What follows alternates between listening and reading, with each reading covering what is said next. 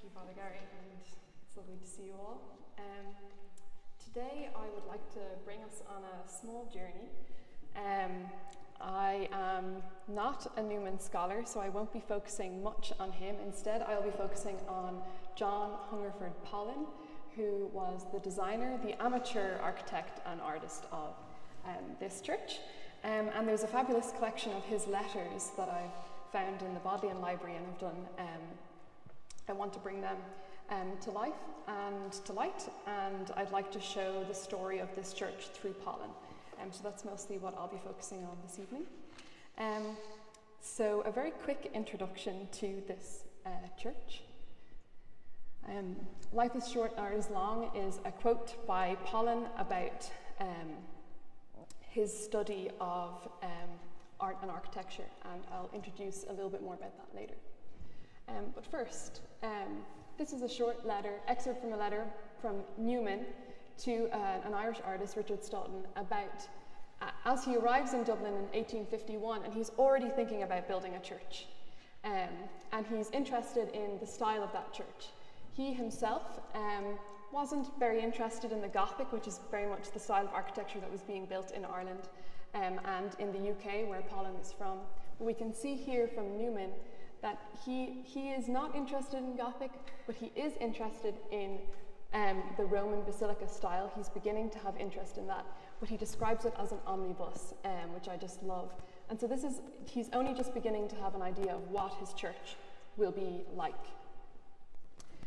This is a map of Stephen's Green, and University Church is this sliver of a building here between the established row of terraces. And Newman had a terrible time finding a spot for this. He first wanted to go to St. Audun's down in inner city Dublin, but he wasn't able to come to an arrangement of the inner space there. So he decided it would be best for him to actually build a church. And it wasn't until 1853 that he found the site, and then 1854 when he eventually was able to get Pollen on board and start building the church. This is a close-up of what we're in now. But I suppose a little bit more about Pollen. Pollen and Newman are similar because, I'm actually going to come back to this later, I think I'd rather introduce Pollen. This is a picture of Pollen taken by his wife Maria, and the reason why Pollen and Newman are so interesting to me is because they have similar experiences. Newman was first a rector in the Anglican Church, and he later converted to Roman Catholicism. Pollen's story is very similar. He grew up in the UK, he studied in Eton, he was a fellow in Merton College in Oxford. He took holy orders in the Anglican Church there too. But later on, when he was a curate in 1852, he came up against a lot of issues, and he had also experienced Newman's debating in Oxford, and later on decided to leave his post in Merton College and to actually enter the Roman Catholic Church also. And so the two men share this shared history, and I think it's from there that their friendship grows. So Pollen, a little bit more about Pollen. Pollen was a fantastic watercolour artist. These are two examples of his sketchbooks. Unfortunately, we don't have any sketchbooks from his period in Dublin. I'm hoping they'll turn up one day. But these are two examples from when he was in Merton and teaching there. And one of the things about this lily is this is most likely a study. While he was in Merton as a fellow there and working, he took on the commission to paint their ceilings. So this is the interior of Merton Chapel in Oxford, and it's the wooden ceilings here I'd like to draw your attention to. I couldn't get a very detailed picture, but you can see here these lovely roundels with holy men and women, and then this beautiful foliage.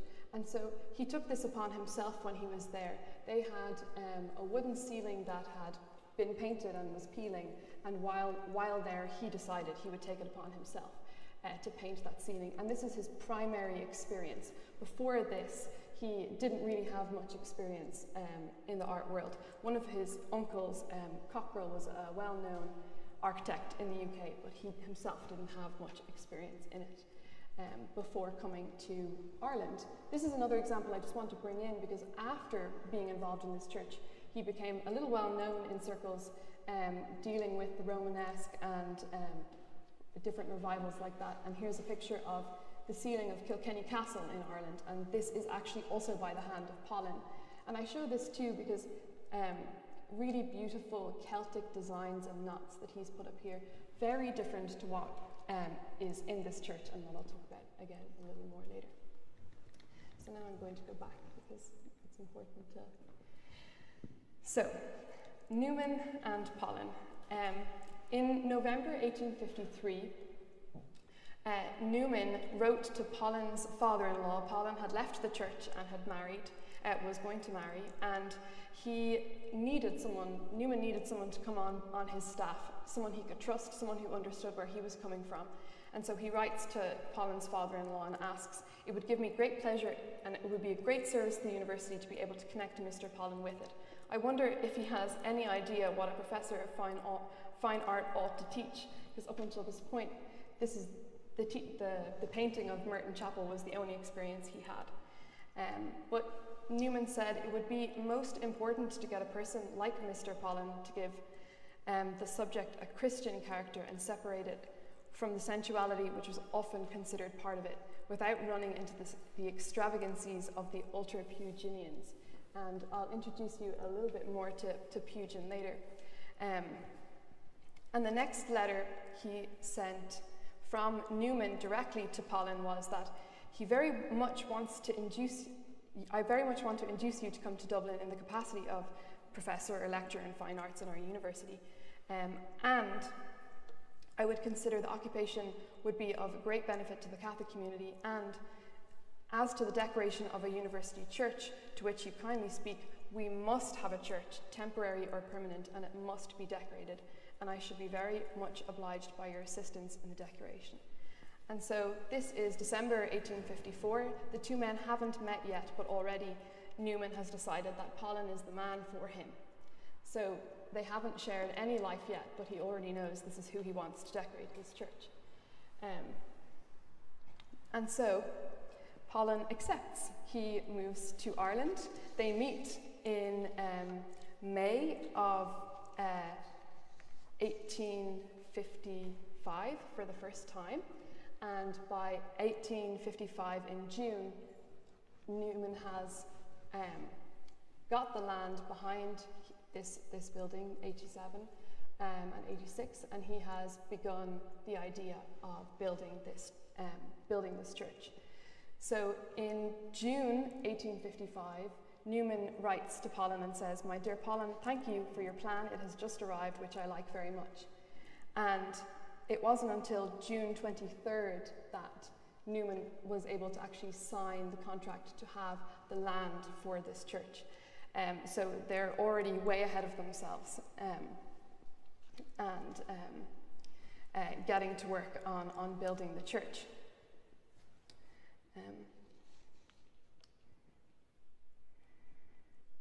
So, what next?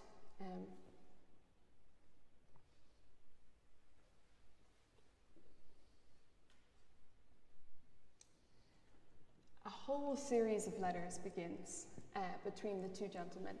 Now, I thought that maybe there wouldn't be a lot of letters because Newman and Pollen supposedly lived near each other. Pollen lived in Rathmines, Newman lived down the road. But the two men travelled so often that they actually had to build the church essentially by way of letters. And we don't have any of the plans, and we don't have any of the drawings of the church, but we do have this series of letters. This one here is in August 1855. And what you're seeing here is they're beginning to come up against issues with the boundary wall. So they've started their foundations and they've realized that they're building so close to the buildings on the front that actually they're interrupting, and the wall in 86 is beginning to fall down, so they have to essentially start to prop it up as they build, which is this lovely letter here. And then as we continue, they keep sending over the years, the 2 years of correspondence from 1854 to 1856. designing the church together. This is a wonderful little letter of a design for an altar. And I would like to say that this altar is most likely based on this design here. We know that Pollen travelled widely. He was very interested in the basilica styles in Italy, and this is an example of the Byzantine art, and it's a gold altar from Milan, and we know that he went there and we know that he had seen this. And so I think that what is actually taking place as well between the two men is they're in their letters sharing their experience of Italy and giving each other ideas of what it is that they could possibly do here. And that's why we have a whole series of these lovely little drawings and designs and things like this down in the corner where he's beginning, Pollen is beginning to think about what these lunettes down the side will look like, and so on and so forth. This is a lovely watercolour, though not Pollen's best, I would say, of the lunettes in the church too. And so on and so forth. So I feel like I haven't done a very good job of explaining the story of the church. The two men met in May, and they started building in June 1855, and a year later, on May 1st in 1856, they opened the church. But there really wasn't much in the church to open.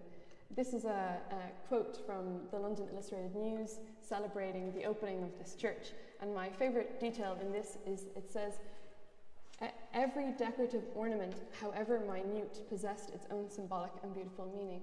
And the however minute might be because in 1856, most of this wasn't here yet.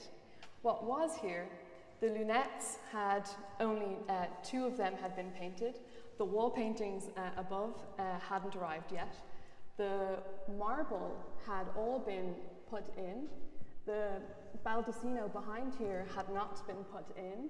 The altar had been completed, and the candlesticks had been completed.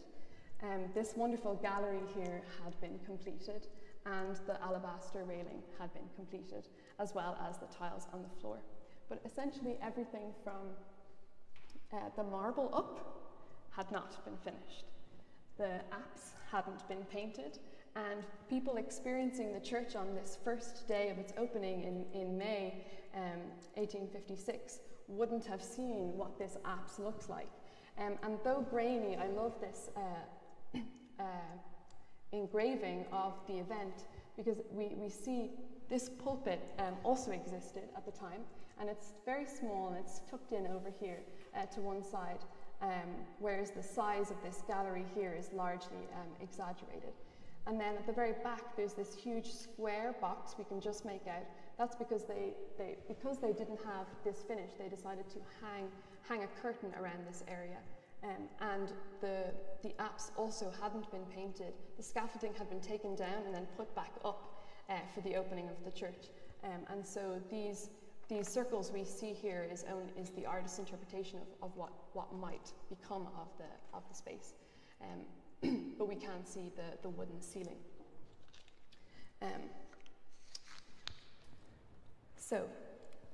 It's now 1856, and all of this is left to be done. And I think I'm just going to leave this here, and instead I'm just going to talk about the space. So when they started, Newman and Pollen, they were really interested in building in this basilica style because they realized that the basilica style was functional, it was beautiful, and it was easy to make cheaply. They realized that they could funnel all their money into the decoration of the marbles, and they could pour their money into buying some really lovely examples of Irish marble, and that Pollen himself could take on all of the work of painting the lunettes and painting the apse, and at the same time he could teach the craftsmen of Ireland to do everything else for him. And so I think that what actually happened in the building of this church was that in all their travels, the two men, that though Newman definitely as client had a brief, which was, I need a large space, I need it to be barn-like, I need there to be a tall roof. He was very specific that he did not want a pitched roof. He wanted a flat roof because he wanted to be able to speak and for him to be heard. He wanted the pulpit to take somewhat center stage, obviously after the altar. And so this was one of the most important parts of the church for him. And I think that's why it was given such grand treatment and size and where it is placed in the church. But beyond that, most of the decisions, I believe, are actually Pollen's. So Pollen was the one who was interested in the craftsmanship of the Byzantine period. It was Pollen who was interested in the different saints and in bringing them to the fore. And it was Pollen who was, in the end, interested in bringing out the apse and things like that. And so the two men went about building this church, and one of the things, like I said, they were interested in functional beauty. They were interested in the cost. They really had no money between them. The building ended up costing somewhat close to £6,000, but when they began, they had probably about £900 to begin with. And eventually Newman went into considerable debt trying to build the building. And so it always came down to a question of, did they have the money for it or not?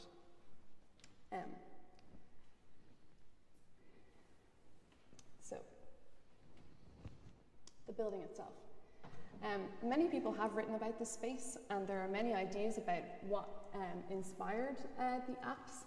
This is one of the most quoted San Clemente's apse in Rome. It's a 12th century mosaic of the fount of life, the rivers of life coming forth from the bottom of Christ's cross. And this is definitely seen as one of the main references for Pollen in making this apse. He obviously didn't have enough money to make the mosaics. He instead had to build this wooden semi-dome and have it gilt and painted. And he himself is the one who finished all of this, that you see here. Another reference for the apse, though, that I would like to bring in is this Santa Apollinare in quite earlier, the 6th century mosaic.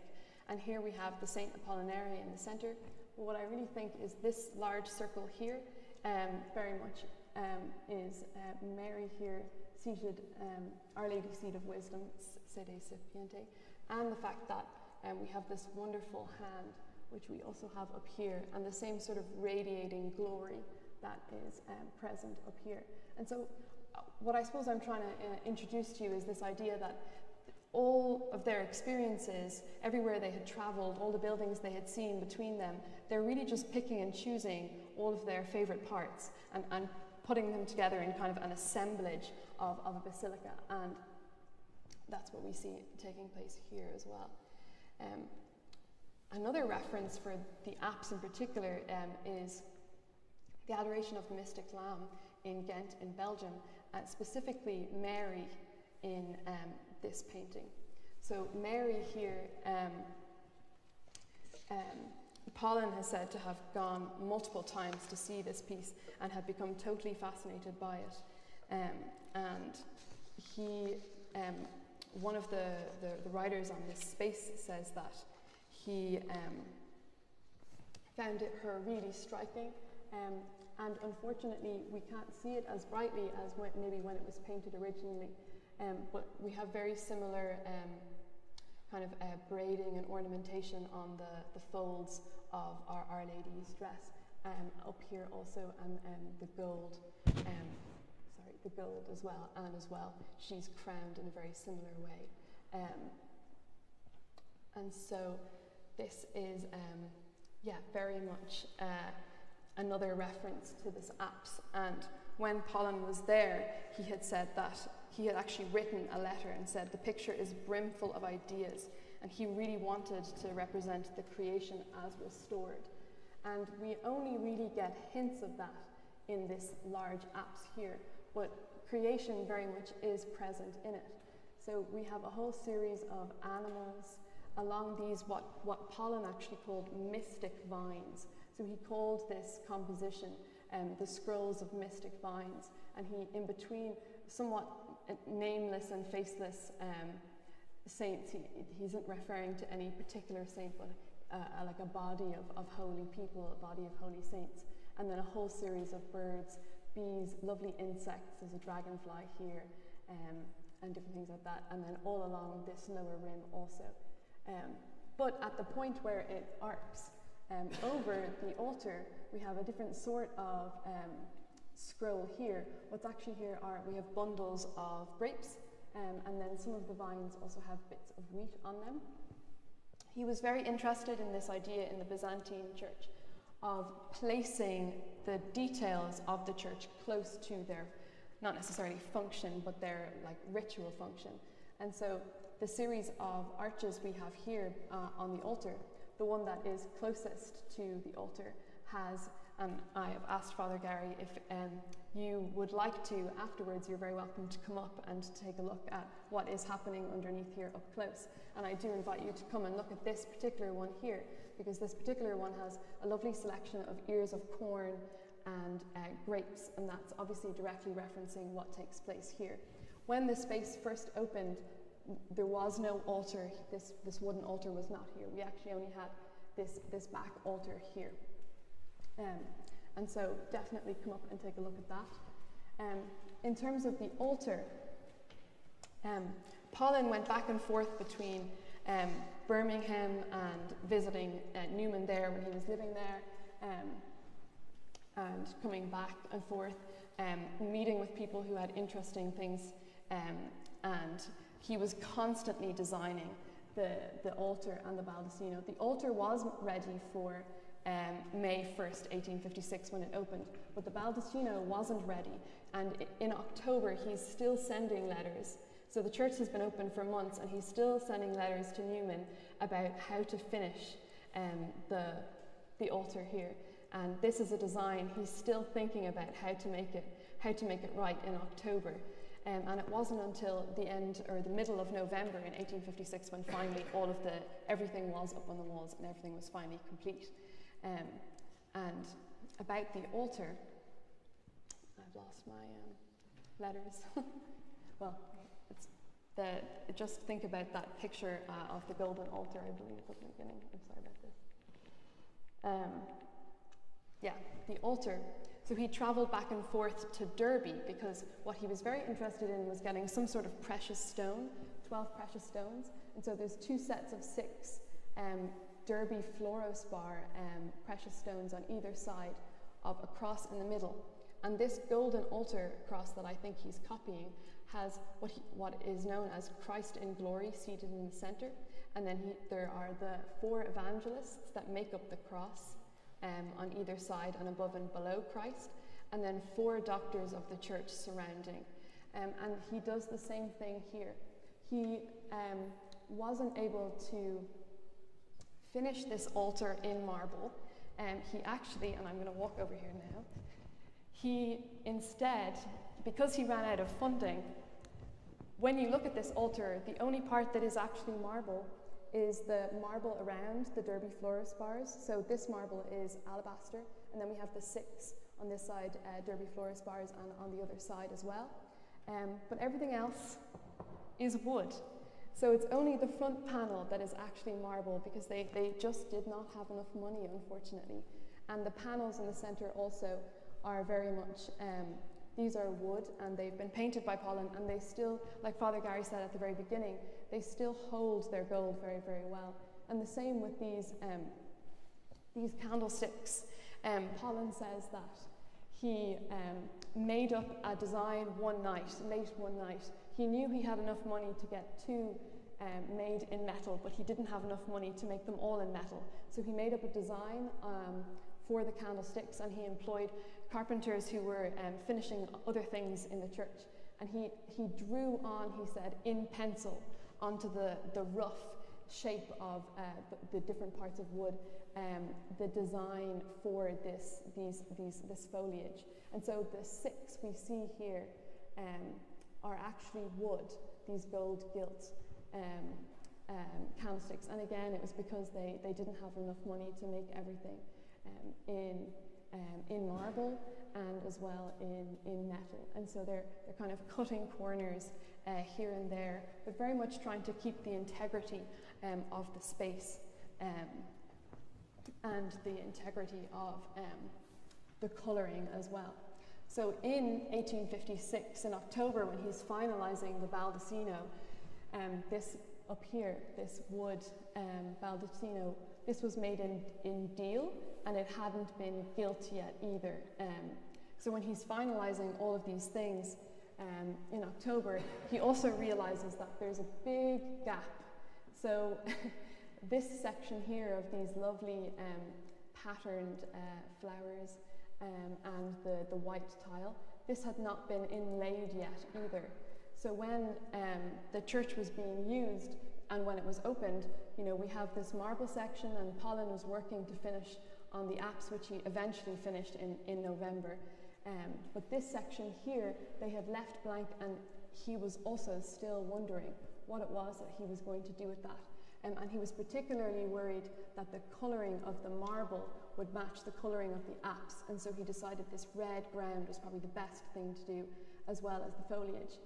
And this is where I think Pollen and the craftsmen in the church, what jobs they had. So I think that what is Pollen's in this church is only the apse and the lunettes that are down either side of the walls here, but that the ceiling was essentially Pollen directing craftsmen to paint. And I think he also, there's some references in letters to paper paper decoration and cutting foliage out of paper to press. And I think he instructed the workmen to do that on the roof, as well as in this space here. I believe that he got the plasterers and the ordinary painters, he called them, to finish this section here.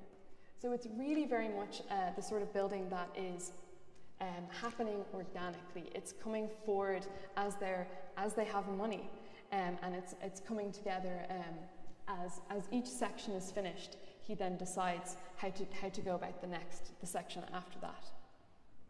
And I just want to find the lunettes. This part of the lecture, I'd like to draw your attention on either side of where you're sitting to the series of paintings that we have up here. You'll notice that they are a very, very different colour to what I'm showing you on the screen. And if you are near the front, if you turn all the way back, you will be able to see the very back above the gallery there is a brown one left in situ. And they are the original pictures, which I'm now going to find you an example of, that were up above. And what we're looking at now are actually, these paintings were Newman's idea. He wanted a series of images of St. Peter and St. Paul preaching, and he also wanted a series of all 12 apostles. So we have all 12 apostles, and then we have 7 pictures in between. And each of these 7 pictures, so the one here, for example, this is the descending of the Holy Spirit, and each of these 7 pictures is based on a Raphael cartoon.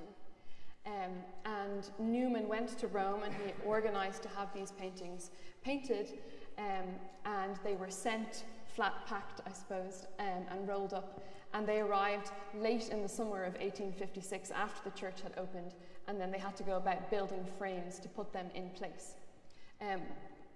When that happened, when they arrived,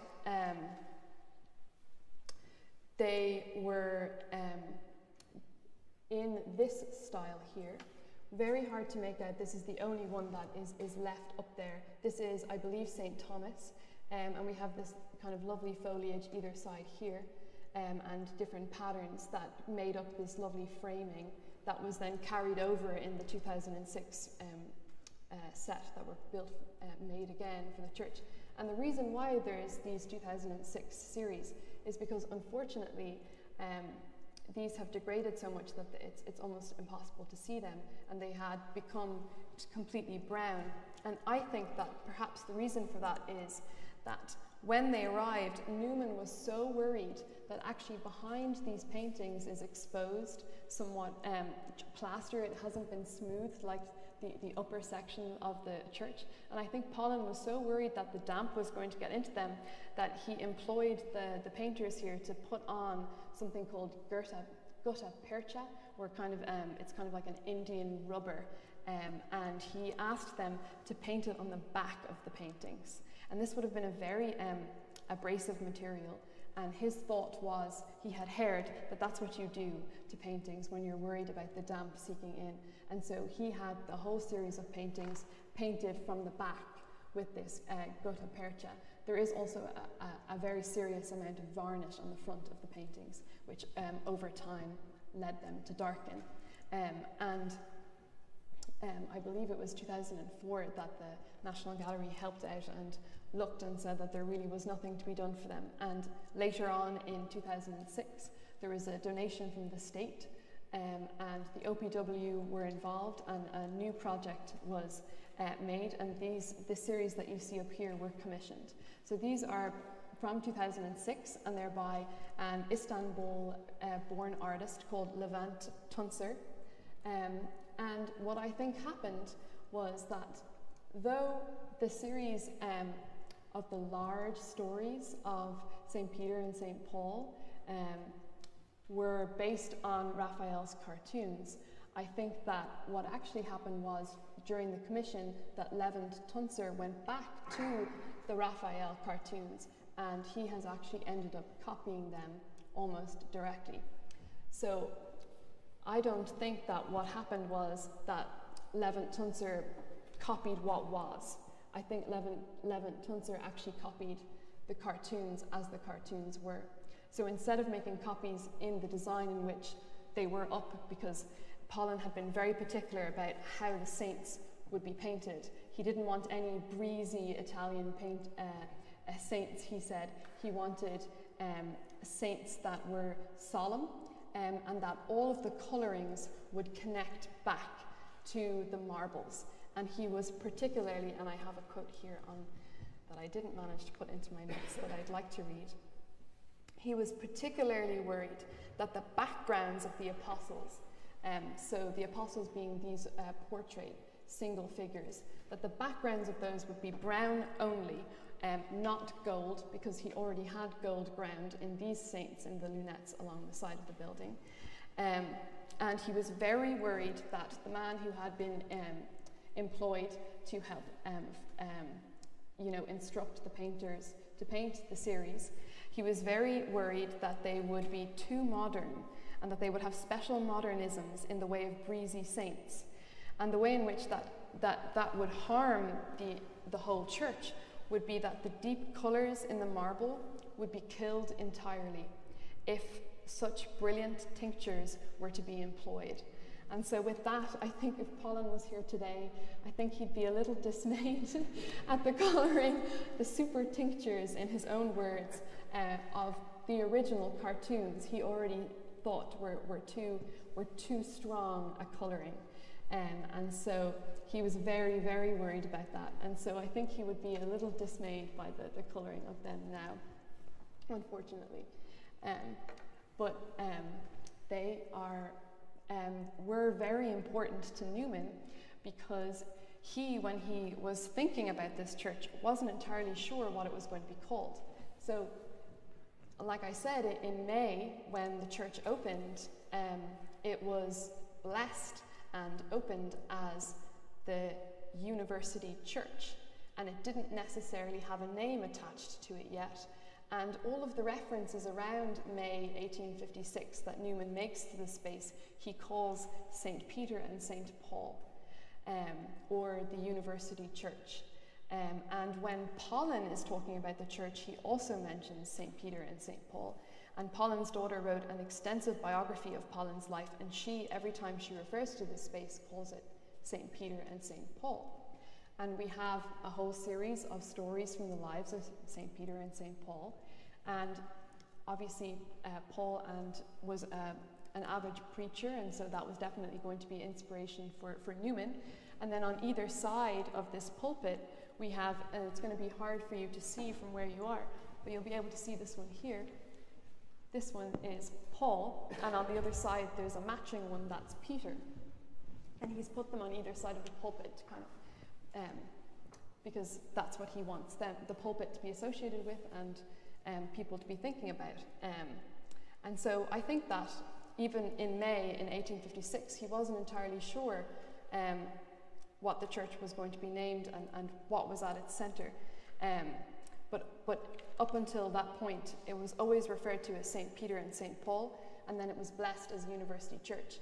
And like I said, it wasn't until November, late November, months after the church opened, that this Mary was finished in the centre of this apse, the Our Lady's seat of wisdom, seated on the throne with the lilies of innocence on either side, and this lovely inscription, Sede Sapiente, which means seat of wisdom, and then the dove above her, and all in line with this hand up here. So we have the Holy Spirit and God the Father, and then we have Jesus represented here by this cross. So it wasn't until much later in that year that this was finished. And so I'm not sure exactly when it became Our Lady's Seat of Wisdom, but it would be a very interesting thing to know at what point it went from being the Church of St. Peter and St. Paul, especially because one image of Mary versus a whole series of paintings and these lovely lunettes on either side of the, it just feels almost out of balance somehow. And so I wonder when they made that decision to change the name. So I realise I'm running out of time and I still have so many things I would like to say. So I think, Catherine, I will have to take you up on a part 2. But before I finish, one thing I did find, which I really, really enjoyed, was a whole series of two lectures that Pollen gave. So when he moved to Dublin, obviously he started teaching as the professor of art and art history. And when he is lecturing, he lectures on things like taste. He lectures on the merits of the basilica style and why it's important that we use it. He also begins as an art critic. He writes articles against the Gothic and for choosing this particular Roman basilica style. But he has this lovely thing that he says at the end of a series of lectures on the basilicas. He gives a group of people in 1855 a lecture, and at the end of that he talks specifically about the struggles that he encountered building this. But there's just a few things he says here that I would like to point out that I find really interesting and actually comes back to why I like this space. And he starts with 1,000 other details of difficulties and of resources to meet them. He obviously thinks, like me, I've exhausted your patience, and will point out again what resources there are in Ireland.